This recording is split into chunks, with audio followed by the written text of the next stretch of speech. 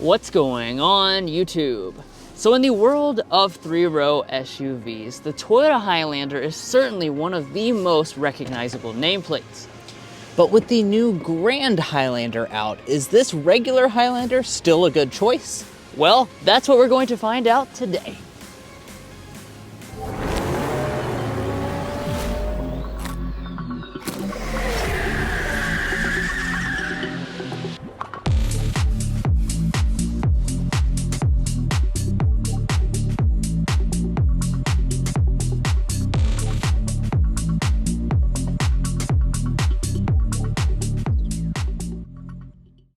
Now, like always, let's go ahead and start things out under the hood. So for 2024, we continue to find a 2.4 liter turbocharged 4-cylinder engine on most models.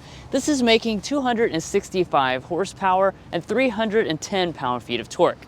You have an 8-speed automatic transmission, your choice between front-wheel drive or all-wheel drive. With the Platinum, you do get standard torque vectoring all-wheel drive. And as far as fuel economy, it comes in at 24 miles a gallon combined. I do want to point out, though, there is a hybrid if you want better fuel economy.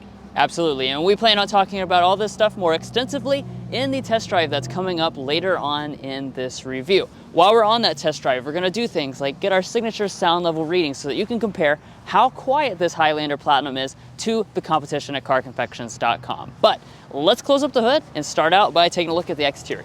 So just last year, Toyota refreshed this Highlander model. But for 2024, we're also seeing some additional changes. Two of those things actually impact the trim structure, so I'll talk about that right from the top. So the base L trim level has been discontinued for 2024. Now you start at the LE trim level. The other big thing for a lot of you guys, if you like dark packages, is that the XLE can now have the nightshade package. That, of course, will give you dark elements all throughout the exterior for a stealthier look. Now, you continue to have a lot of choices when it comes to your front end design. This is the Platinum trim level, so we've got this nice Toyota grille shape going on here. You've got the gloss black finish and the chrome surrounds going through there. Platinum exclusively gets the silver accent down here on the lower fascia, and if you choose the XSE, you have a totally different face. Now, when it comes to the lighting, you are gonna have LED lighting standard across the lineup. However, here with the Platinum, we have the most premium LED headlight arrangement, full projector LEDs, which are also adaptive. You do have an incandescent turn signal and then an LED daytime running light. And as we come down to the center section here, we also have an LED fog lamp. Now, as we walk around to the rear design, you'll continue to find the same signature Highlander look that it's had for a few years, and there are a little bit of extra details for the Platinum trim level. Yeah, and as far as how this compares to a Grand Highlander, it's going to have a little bit less of a boxy look, just like what Drew said in the front. Now, he's going to go ahead and hop inside, and we're going to check out the individual elements. And one of the things that I want to point out is that we do have an exposed rear wiper down here, and as far as our taillights are concerned, let's see if all the elements are LED. We have an LED brake light portion, incandescent reverse light, and incandescent turn signal. So 1 out of 3 elements are LED. I definitely would like for Toyota to maybe upgrade this unit, especially for the Platinum model, to be full LED. Now, as we head down to this lower area, since we do have the Platinum, we have a special silver finish down here at the bottom. And of course, as you choose different trim levels, this finish changes. I do want to point out you get exposed exhaust outlets on that sporty XSE, and your tow ratings coming in at 5,000 pounds. Now, moving on to our wheels, you've got a lot of different choices for all the different trim levels, beginning at 18-inch alloys and ranging up to 20-inch alloys. This is the Platinum multi-spoke wheel. I've always been a big fan of this design. It continues to look really nice in person with the kind of darkened chrome look. Now, in terms of our mirrors, you do have the turn signal indicator. Blind spot monitoring will be standard across the board. And if you choose the Limited or the Platinum, that's going to get you power folding, but not auto dimming. Now, here at the side of the regular Highlander, you're definitely going to notice that this isn't quite the Grand Highlander, because the Grand Highlander has a little bit more of a squared off look, and it's also going to be quite a bit longer than this Highlander. This comes in at about 194.9 inches in overall length, and the Grand Highlander is going to be over 200 inches long, so quite a substantial difference between these two models when it comes to overall length. Now, as far as design elements, we have some chrome on the lower part. We also do have roof rails up top. We also have crossbars on this particular tester. Now, as far as your safety systems are concerned, Toyota makes it very easy on me. I'm happy about that. You get all 4 active safety features as standard equipment on this Highlander, and that's across the board. But guys, there's a very luxurious interior that we need to show you, so let's go ahead and dive into that. But first, if you're new here, we're brothers, and we've been reviewing cars since we were 12 and 16. We may be young, but we love cars. And we'd love for you to subscribe to be a part of our Car Confections family. Let's learn a lot, have some fun with all the latest cars. All right, now let's go ahead and check out the cabin. First, we'll check out the key fob. As you can see, we do have a Highlander branded key fob. It is Toyota Smart Entry System on board. And that does mean to get inside, all you have to do is reach behind the handle and that will unlock the door and fold out the mirrors. But like Mason was saying, we have a very premium looking interior, especially here with the Platinum. And that's a great place to just start off with, is our seating materials and color choices. So the Highlander will begin with a cloth seat on the LE. All of your middle trims are going to come with Softex faux leather. And then when you get to the Limited or the Platinum trims, that's going to get you real leather. Specifically on the Platinum, though, you get the quilting in the center. This is a really, really nice look. I particularly love this color. It's known as glazed caramel, and this is an exclusive color choice on just the Platinum trim level in addition to that quilting. Now, in terms of the seats themselves, we do have a 10-way power adjusting seat with 2-way lumbar. All models will have a power adjusting seat. And then we also, of course, have memory seats as well, which are included on Limited and Platinum. But let's go ahead and climb inside. Now that I'm fully inside the cabin, the first thing I want to talk about is the material quality of the rest of the cabin. So, starting out with our door trim, you're going to notice a lot of glazed caramel leatherette all through here with the stitching detail. We also have a wood or a faux wood accent here with the Limited or the Platinum trim levels. As we move to the upper dash, you're going to find a nice soft touch material across here. It does have a stitching detail. The center section is going to be finished with a kind of aluminum look trim, and then we have all this covered in leatherette. Down the console here is also leatherette for your knee to rest against, and we have a big piece of this nice looking trim. I do have to say I like this trim, and this is something the Grand Highlander doesn't have. Even on the top model, you don't get any type of faux wood trim here on the console. So I do like the way this looks. It's very premium feeling. It certainly feels kind of like a Lexus RX inside of this cabin. But let's go ahead and fire it up with the push button start.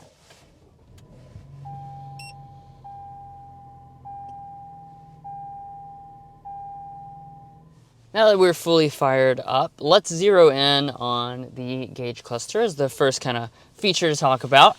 Lower trims are going to come with a 7-inch multi-function display. Your upper trims are going to come with this 12.3-inch full digital gauge cluster. Of course, this is reconfigurable. It changes when you switch drive modes. And since we have the Platinum trim, that's not all. We also have a head-up display with a lot of nice information projected up there.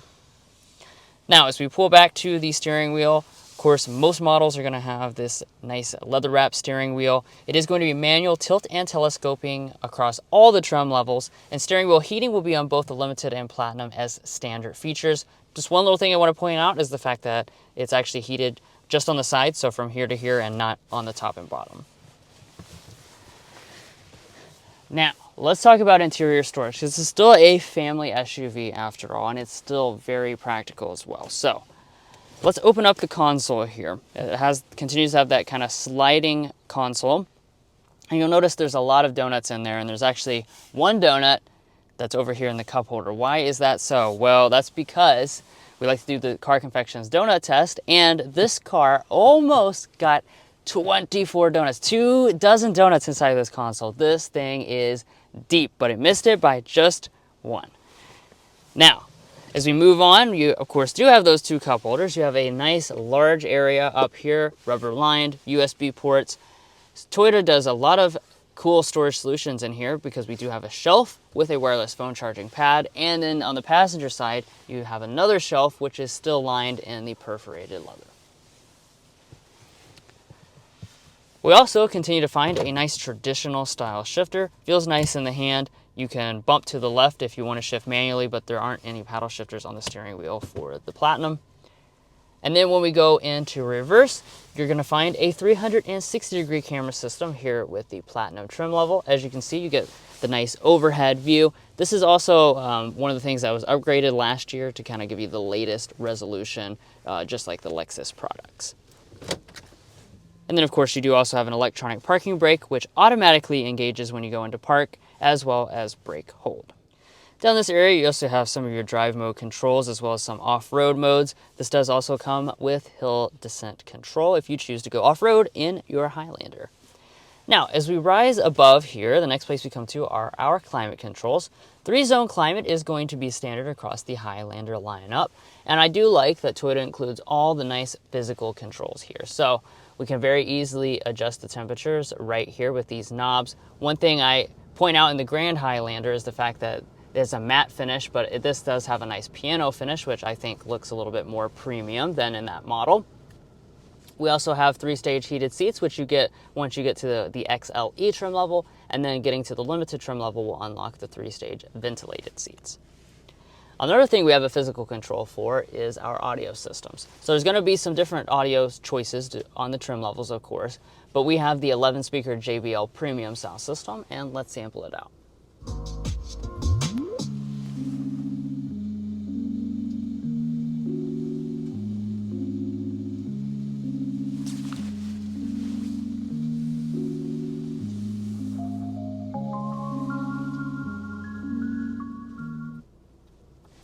Yeah, so overall quality sounds quite nice, and it's certainly going to be an upgrade over that base sound system. Okay, let's dive into the infotainment system. So as you can tell, obviously this is a quite large screen. This is going to be a 12.3-inch display. Toyota kind of divides the trims, so many of the lower trims are going to have an 8-inch display, and then of course your upper trims will have this display. But regardless, you're going to get Toyota's newest software. So that was a big improvement they added with the refresh last year.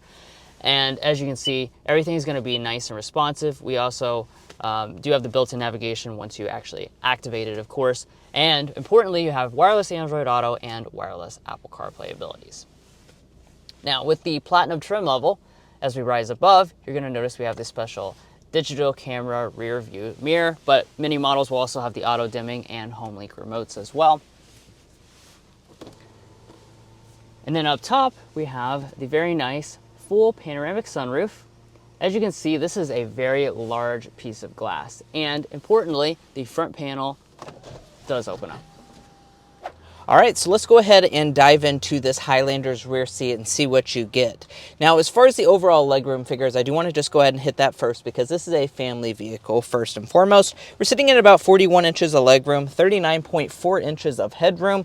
So those are very good space figures. That's pretty much on par with what you're going to get out of the Grand Highlander, and overall, it's a very comfortable place to spend time. Now, here at Car Confections, we don't want to provide all the measurements for you, so we're even going to get a knee room space figure. This seat is adjusted to Drew, who's 5'8" and I'm 5'9", and we're sitting at 10 inches of knee space. That's a ton of knee room, guys. And then as we head into where my feet can slide up under, is perfectly fine to slide up underneath of the seat. Now, speaking of the seats themselves, they do slide forward and back quite a good distance. If I can find the right lever, there we go. They slide back and forth a good ways, and I do want to point out you're going to get captain's chairs as standard equipment on XLE trims and above. Now, you can option on bench seating to some of the other trim levels if you prefer not to have the captain's chairs, but do keep in mind Platinum is exclusively captain's chair setup. Now, here in the center, we do have 2 cup holders in here, and then as we move over to features, we have our own climate controls, as you would expect. We also have heated rear seats here on the Platinum model. That's exclusive to this trim. And then we also have 2 USB-C ports, a household style outlet as well. And then the vents are going to come out of the ceiling. Here on the upper end trim levels, you will have rear window sunshades, and the door trim is going to be nicely appointed with wood trim, some more of that glazed caramel leather, and then we also have a lot of bottle storage down in the very bottom. All right, but let's go ahead and check out the third row, and this is probably going to be the biggest area of difference between this Highlander and the Grand Highlander, so keep that in mind. Now, as far as this area, we just pull that little lever there, and that allows the seat to kind of fold and slide out of the way with a little bit of force. And then let's go ahead and hop back here to the third row. All right. So now that I've gotten situated in the third row of this Highlander, I do want to just go ahead and talk about the specs first. 27.7 inches of legroom, about 35 inches of headroom. As I previously mentioned, I am 5'9", so keep that in mind. You probably will be able to fit kids back here comfortably. However, for a full-size adult, it's not going to be too comfortable back here. And I will just go ahead and point out that the Grand Highlander has a much larger third row. So if you're going to be using the third row all the time, I would recommend getting that instead. Now, as far as what you're going to get in terms of thigh support, pretty lackluster thigh support. However, my feet can slide up underneath the seat, and with the seat slid all the way back, I don't even really have to get my tape measure out. We're going to be sitting at 0 inches of additional legroom, but do keep in mind you can slide this seat forward. One thing Toyota is including is vents up in the ceiling, which I like that, and we also have 2 cup holders back here. No USB ports, no power outlets or anything along those lines, which means as far as how it ranks on our third row rating scale, I'm going to say this is for kids only. Now walking up to the cargo area of this Highlander, let's also talk about this. As far as the tailgate itself, we do have a hands-free power opening one here on the Limited and Platinum trim levels, and new for 2024, it's actually expanded availability down to XSC and XLE trim levels. Now, as far as this area is concerned, we're going to have a decent amount of space, but do once again keep in mind that this is going to be smaller than the Grand Highlander, so that's definitely something to consider. We're going to be sitting at 16 cubic feet behind the third row of seats. If I reach up here and fold this seat down, which is not the easiest thing to fold down, we are going to be sitting at about 48 cubic feet of space behind the second row, and if we fold the second row down, we're sitting at a maximum of 84 cubic feet. One thing I want to point out is no power folding third row on any version of the Highlander. That is something that's going to be reserved for the Lexus brand, since the Grand Highlander doesn't have that either. And as far as how you fold the second row, there's no handles back here, so I will have to go up there manually and fold it down. Now, in order to fold this seat, it is a 2-step process. You have to do that process and then push this lever, and then that will allow the seat itself to fold down when you do have the armrest stowed properly. So it is a little bit more difficult to fold than some of the rivals. Now, here at Car Confections, we are big on providing all those measures for you. So if you're looking to haul something in the Highlander, we want to see how big it is from the back of the driver's seat to the rear of the cargo area. We're sitting at 84 inches of overall length. As far as behind the second row of seats, what you can expect to find, you're going to find 46 inches of overall length. And then let's talk about the cargo opening width. It's going to be 46 inches wide. Now, I do want to point out there's a little bit of underfloor storage, and you do have a spare tire up underneath of the bumper.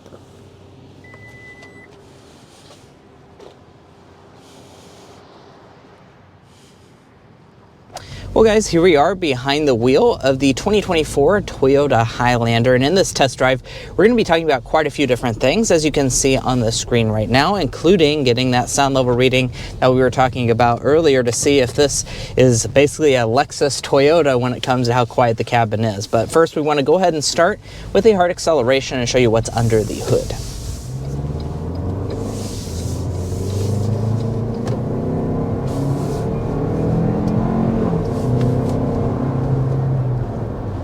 Now, we won't get all the way up to 60 miles an hour because we do have a little bit of traffic backed up, but that's a good sampling of the acceleration here with this 2024 Highlander. Now, if you watched our 2023 Highlander review, you know when Toyota refreshed this, they made major changes under the hood. Yeah. That major change is, of course, that the V6 has been discontinued, and in its place you have a 2.4-liter turbocharged 4-cylinder engine. To remind you of power output, it's 265 horsepower and 310 pound-feet of torque, which are good numbers. The actual horsepower is going to be a little bit less than the previous V6, but the torque figure is where things really go up a lot. So you're going to have a lot more torque on board, and you certainly feel that. This is a torque-rich engine, so it gets you off the line quickly. It's a little passing power demonstration there. Really nice. Yeah, the torque and also the 8-speed automatic transmission that we have on board as well. Nice and responsive. As soon as I put my foot down, downshifted, got me the power I needed. Yes. To be exact, 17% more torque than the previous V6. So that's a pretty big boost. And just sitting here in the passenger seat, I will say it does feel like a very peppy motor. We've sampled this motor out in a lot of different Toyota and Lexus products, and it does have that characteristic of just feeling very torque rich, very peppy behind the wheel, that is for sure. Now, the only thing I will point out about this engine specifically is that it is a little bit loud, especially on a cold start or whatever. If you take off, it is going to have a little bit of noise intrusion into the cabin. Well, we've been talking a little bit about, like how this relates to the Grand Highlander. The Grand Highlander does also have this engine as the standard engine, and obviously that's a little bit bigger. Also, the Lexus RX has this engine as the standard engine. Yep. So it's in good company, and I think Toyota, has worked hard to try to make this nice and smooth. You don't notice any vibrations or anything like that. Yeah.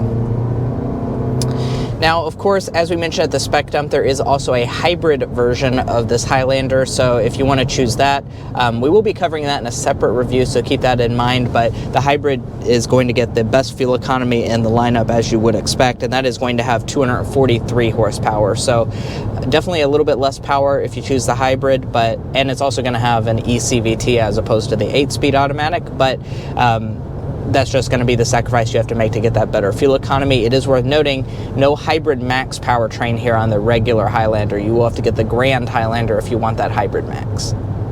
But just kind of cruising down the highway here, I do want to take a second to talk about your ride quality in this Highlander.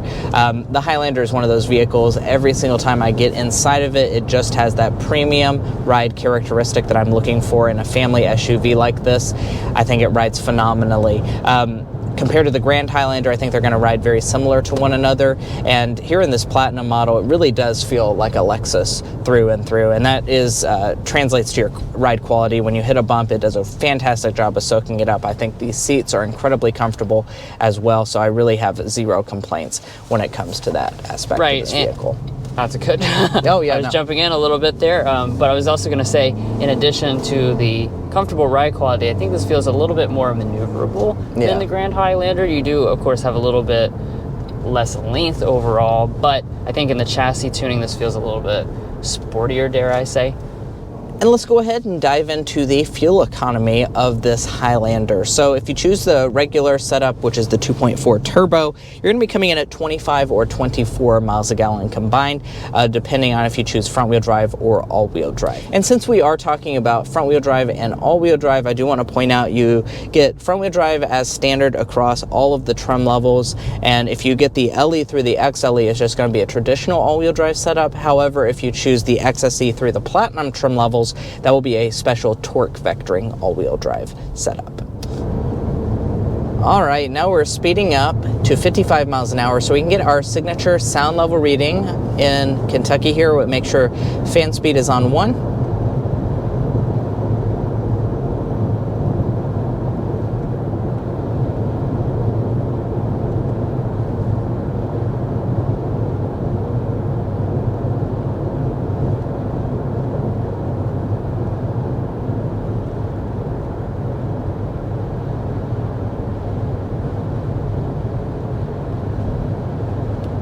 All right, I made sure I got a longer sound sample there.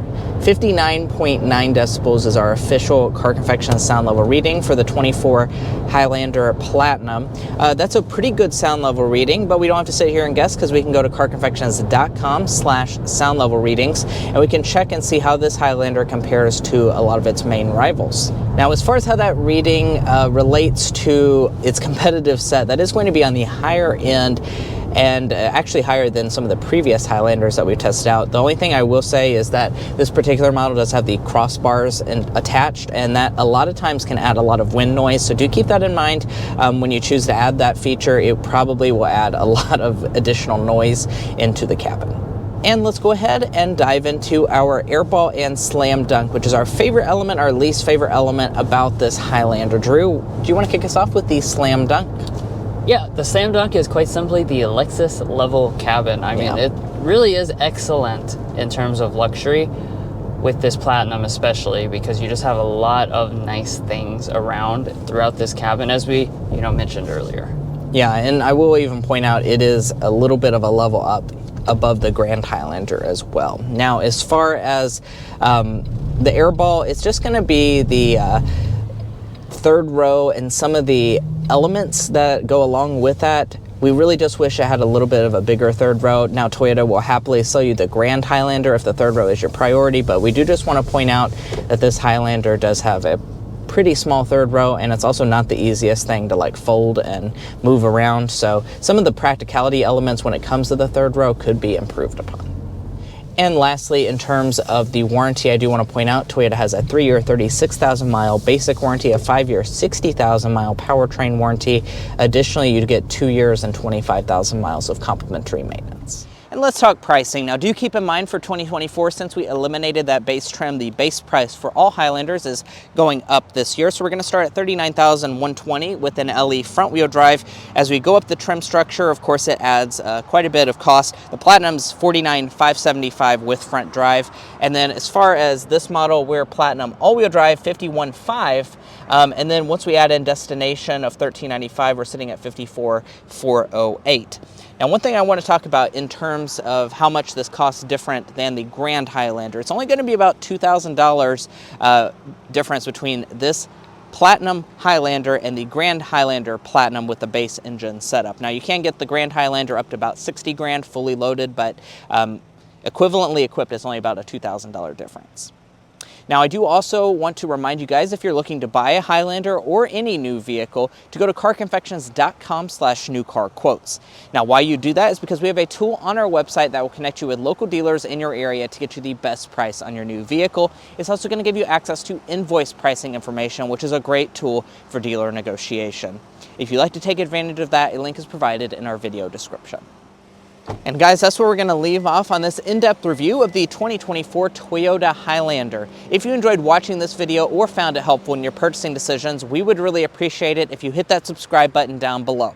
By subscribing, you help give us access to vehicles like this where we can come out and show you the latest model year of all your favorite vehicles. So please hit that subscribe button down below. It makes this all possible. If you're already a part of our family, thank you so much for your continued support. We really do appreciate it. And we'll catch you next time as we sample more of the latest automotive delicacies.